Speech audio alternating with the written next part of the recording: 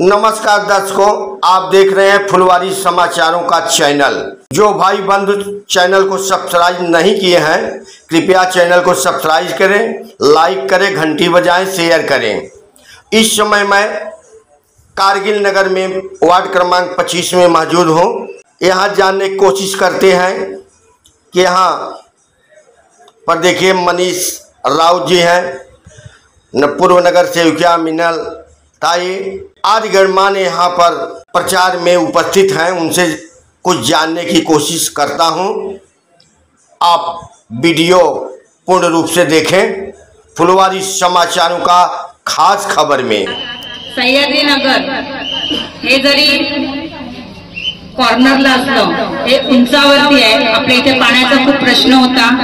या महिला सतत पाठपुरावा करून जेव्हा आम्ही इकडे पाणी येत नव्हतं त्यावेळेला 26 जानेवारीला मला वाटतं आपल्यातल्याच महिला माझ्या जोडीला होत्या जनता दरबारमध्ये, आणि तेव्हा आप्पांना आम्ही प्रश्न केलेला की आमचा भाग वरती आहे, आमच्याकडे पाण्याचा प्रेशर खूप कमी आहे, आमच्याकडे पाणी येत नाही। मला वाटतं 2 ते 3 महिन्यामध्ये प्रेशर पंप बसवलं नॅशनल शाळेजवळ, आणि आता इथे व्यवस्थित पाणी येतं। सगळ्यात महत्त्वाचा म्हणजे पाण्याचा प्रश्न आपल्या आप्पांनी 3 महिन्यामध्ये आपला सोडवलेला आहे। हे सगळ्यात महत्त्वाचं आहे।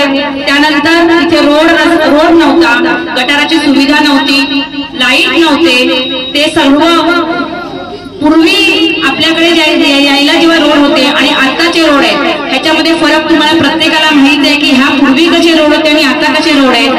त्या सगळ्या सुविधा आपल्याला आपल्या आप्पांनी केलेल्या आहेत। त्यामुळे ह्या वेळेला म्हणजे प्रत्येक वेळेला 25 ते 30 वर्ष कंटिन्यू हे लोक आपल्या जोडीला आहेत, आणि ह्यांचं संपूर्ण एक गठ्ठा मतदान फक्त सिटीलाच असतं। सिटीशिवाय इतर कोणीही इकडे येत पण नाही किंवा इथे मत पुढे फुटली जात पण नाही। हाच विश्वास आम्हाला ह्या वेळेला पण तुमच्याकडनं पाहिजे की जेवढे आपल्या इथे चाळी आहेत, मला वाटतं टोटल 1200 किती रूम आहेत काका? 422 इकडे मतदार आहेत। या पूर्ण सह्याद्रीनगर मध्ये 422 मतदार आहेत, आणि नवीन अजून मतं पुरवणी यायची आहे। त्याच्यामध्ये 422 रूम मध्ये 1600 मतं आहेत, आणि पुरवणी अजून वाढलेली आहे। तर इकडचे जुने जे ज्येष्ठ नागरिक आहेत गुरव काका, त्यांनीच माहिती द्या की आपल्या इकडे काय काय आपण सुविधा केलेल्या आहेत आप्पांनी, आणि आपण मतदान कसं करणार आहे। धन्यवाद सर्व मान्यवर। आज आपण ही कॉर्नर मीटिंग घेतली आहे।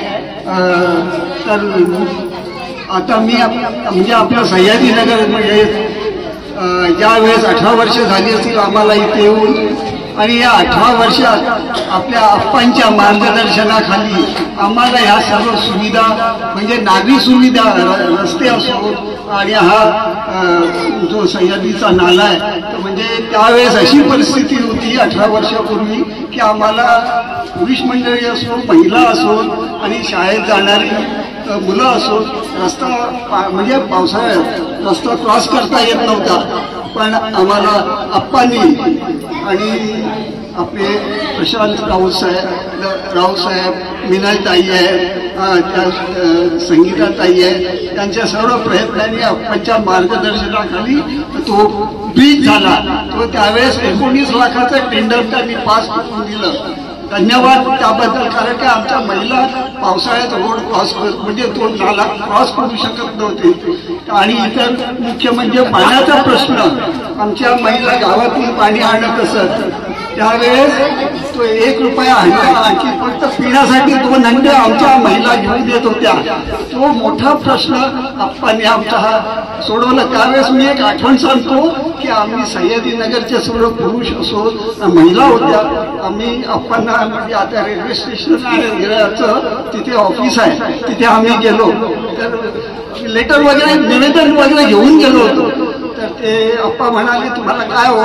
तर काय पाणी दिलं, पाणी। मग जयंती मंगला काली भद्रकाली कपालिनी दुर्गा क्षमा शिवा दात्री स्वाहा सुधा नमस्तुते। सर्व मंगल मंगल्ये शिवे सर्वार्थ साधिके शरण्ये त्र्यंबके गौरी नारायणी नमस्तुते। मी हे आमचे ठिकाणी भाई शेठ आहेत जे साई भक्त आहेत, साई पालखी निवारण त्यांचं नेहमी कारगिल नगरामधील मुलांना सहकार्य असते, त्यांचे सुपुत्र आहेत। ही भावी पिढी जी आहे ती सर्व युवा पिढीला सांभाळणार आहे। तर माझी तुम्हाला नम्र विनंती आहे का आमचे कार्यकर्त्यांचं म्हणणं होतं का तुमचं 2 शब्द आवाज ऐकायचा आहे त्यांना, तुम्ही नेहमी म्यूट असता, तुमचा फक्त आवाज ऐकायचा, काहीतरी बोला, असं तुम्ही नाही बोलला तर आमचं नेतृत्व करायचं तुम्हाला भविष्यात। आवाज फक्त आवाज कळलं तर पाहिजे, नाव काय सांगा, आवाज ऐकायचंय। नमस्कार सगळ्यांना। मला माईकवर बोलायला आवडत नाही, पण मी सगळ्यांना रिक्वेस्ट करेल की 20 तारखेला तुम्ही, तुमच्या बाजूवाले आणि अजून कोण तुमचे रिलेटिव्ह असतील त्यांना सगळ्यांना सांगा की 5 नंबरचं बटन दाबून आपल्या राजेश पाटीलांना बहुमताने विजयी करा आणि पुढचं तुम्ही बोला।